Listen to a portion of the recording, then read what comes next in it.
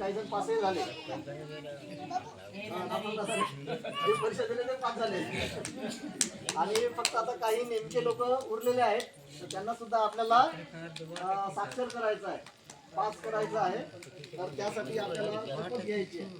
तर श्री स्वप्नील भोरे सर हे शपथ घेतील, त्यासाठी सर्वांनी जागेवर उभं राहायचं आहे आणि हात समोर करून माझे संपूर्ण कुटुंब गाव 26 जानेवारी 2027 पर्यंत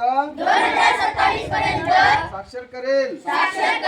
मी स्वतः असाक्षर राहणार नाही आणि इतरांनाही असाक्षर राहू देणार नाही.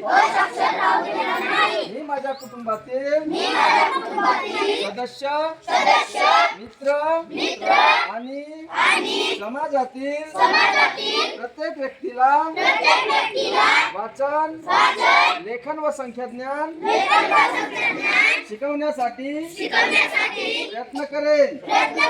मी किमान 2 असाक्षर व्यक्ती साक्षर करण्यासाठी प्रचार करीन.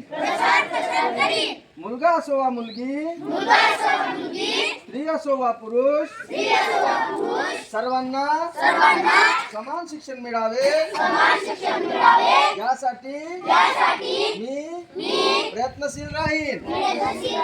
राज्याचे 100% साक्षरतेचे ध्येय गाठण्यासाठी मी माझे सर्वोपरी व निरंतर योगदान देईन. मी स्वतः शिकेन आणि इतरांना शिकण्यास मदत करेन, ज्यामुळे समाज प्रगती करू शकेल.